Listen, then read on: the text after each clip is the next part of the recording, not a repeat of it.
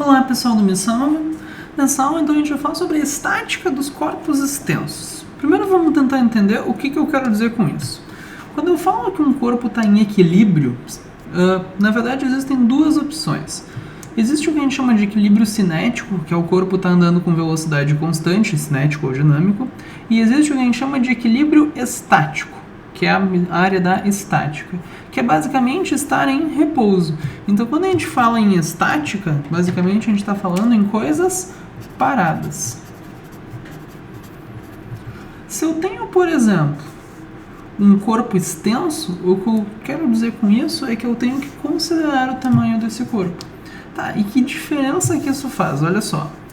Se eu tenho algum objeto de tamanho desprezível, por exemplo, a gente normalmente chama isso de um ponto material. Se eu tenho um ponto material, como por exemplo esse pontinho, a única coisa que ele pode fazer é andar de um lado para o outro. Se eu estou falando na estática dele, equilíbrio estático, que ele está em repouso, eu só preciso que ele não saia do lugar. Ou seja, eu preciso que todos os empurrões e puxões que poderiam tirar ele do lugar se cancelem. Eu preciso que a força resultante seja zero. Só que a questão é o seguinte: quando eu considero um corpo extenso e eu quero que ele fique parado, ele não só pode estar andando de um lado para o outro, por exemplo, essa caneta. Se eu quero que ela fique parada, eu não só preciso que ela não translade, ou seja, não ande de um lado para o outro. Isso requer o quê? Que eu não tenha empurrões e puxões sobre ela para não tirar ela do lugar e mexer ela de um lado para o outro. Isso seria força resultante igual a zero. Só que, além de estar andando de um lado para o outro, essa caneta pode, por exemplo, estar girando.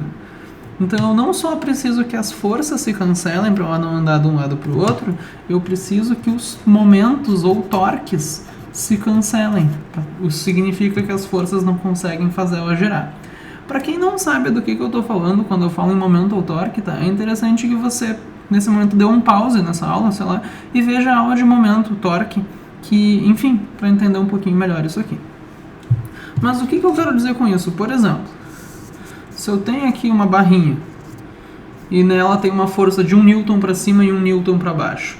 Nesse caso, eu tenho 1 Newton para cima e 1 Newton para baixo, elas estão 1 para cima e 1 para baixo, se cancela, né? A força resultante seria zero. Ele não estaria nem subindo, nem descendo. Só que, se eu faço uma força de 1 para cima aqui e 1 para baixo aqui, ó, o que acontece? Ele gira. Esse caso aqui, a força resultante é zero, mas o momento resultante não é. Então é importante lembrar, tá, gente, quando as coisas têm tamanho, elas não só podem estar andando, para estar parado, eu preciso que a força resultante seja zero. Eu não só quero que não ande como eu quero que não gire. Então eu também preciso de um momento resultante igual a zero. Tá? Vamos fazer um exemplo agora de uma coisa grande que eu quero que fique parada. Acho que vai ficar um pouco mais claro como é que a gente aplica esse tipo de coisa. Então vou fazer um exemplo bem como eu coloquei ali, tá? Eu tenho uma barrinha aqui. Vamos dizer que essa barrinha tem 1 metro de comprimento. E aqui tem um pininho que está a 20 centímetros, tá? Vou colocar aqui o pininho. Ele está a 20 centímetros, isso é 0,2 metros, eu estou dizendo isso para vocês. Da ponta, e o que eu vou fazer? Então eu tenho uma barra presa com um pino aqui. Vou fazer uma força aqui de 10 newtons e aqui também de... aqui eu vou fazer uma força F. Pronto. Pode ser assim, eu acho. E eu quero saber agora o valor da força F para que isso fique parado. Então, olha só, quais são os critérios para um corpo que tem um certo tamanho ficar parado? Eu preciso que a força resultante seja zero e que o momento resultante seja zero.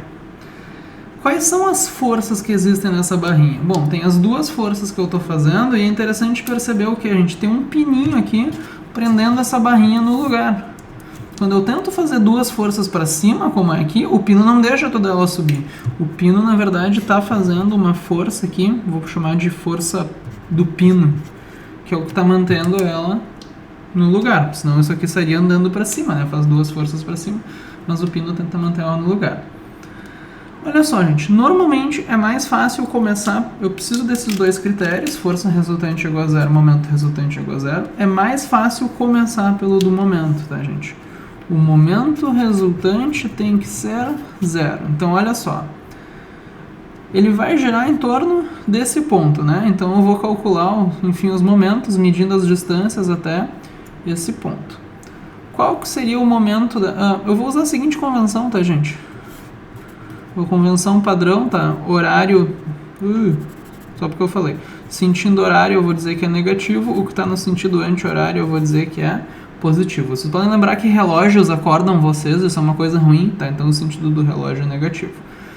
Essa força F aqui, essa força de 10 aqui, ela tá a 0,2 da onde gira. E notem, ó, ela tenta fazer ele girar no sentido horário.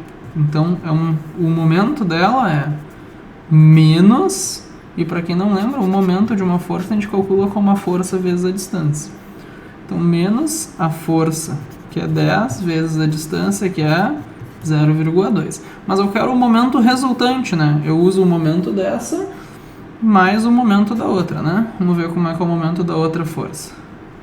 Essa força aqui, olha só, se essa tá 0,2 e o total é 1, isso aqui é 0,8. A força é F. Ela vai fazer girar, ó. Tá aqui, tu empurra assim, gira no sentido anti-horário. Então é positivo mesmo. A distância, 0,8. Esse é o segundo momento. E olha só, o FP, qual que seria o momento dele? Tem a força, que é FP, e a distância do FP até onde está girando é 0. Então, na verdade, essa força aqui não produz momento, tá? Tu pode ignorar. E o momento resultante, ou seja, a soma dos momentos, tem que dar quanto? 0. O que a gente faz agora? Olha só. Isso aqui vai dar menos 10 vezes 0,2, vai dar menos 2, mais 0,8F, isso é igual a 0. Então fica 0,8F é igual a 2, F é igual a... Olha só, 0,8 é 8 sobre 10, né? Então passa o 10 multiplicando e o 8 dividindo, isso aqui. Se tu quiser, tu pode simplificar por 4, né? Aqui fica 5, aqui fica 2, 5 meios. Ou seja, força F vale 2,5 newtons. Isso aqui. Vamos dizer que eu quero saber também, por exemplo... então, olha só, eu usei o meu critério de que o momento resultante é 0, né? Então, eu achei que a força F tem que ser 2,5. Vamos desenhar isso aqui de novo, só para tentar entender um pouquinho melhor. Tá aqui a minha barrinha. Aqui tá o pininho. Aqui eu estava fazendo uma força de 10. Aqui eu achei que para isso não girar, essa força tem que ser 2,5. Tá dentro do esperado, tá, gente? Quanto mais... ela tá mais longe, então ela tem que ser menor para compensar. Imagina, essas duas forças estão empurrando a barra para cima, ela não vai para cima porque o pininho mantém ela para baixo. Eu já usei que o momento resultante tem que ser 0, né? Foi assim que eu achei essa força. Olha só, eu também sei que a força resultante é 0, isso aqui não está subindo nem descendo, né? Então, como é que eu acho a força resultante? Junta tudo que está para cima com tudo que está para baixo. Para cima, eu tenho o quê? Vamos dizer, eu tenho mais 10 para cima e mais 2,5. Essas duas estão se ajudando. Tenho 12,5 para cima. E eu tenho essa aqui atrapalhando, né? Menos a força do pino. E isso tudo tem que dar, juntando todas as forças, tem que dar 0, né? Reparem que eu acho, gente, que a força do pino, então, é 12,5 newtons. Achei tudo que precisava. Normalmente, gente, usando só a parte do momento, já é suficiente para resolver o exercício, né? Tu já acha tudo que precisa. Mas a ideia é essa, tá? Eu espero que tenha ajudado, tenha ficado um pouquinho mais claro. É interessante ver os outros exemplos, tá? Acho que vai facilitar bastante. Mas muito obrigado pela atenção e até a próxima.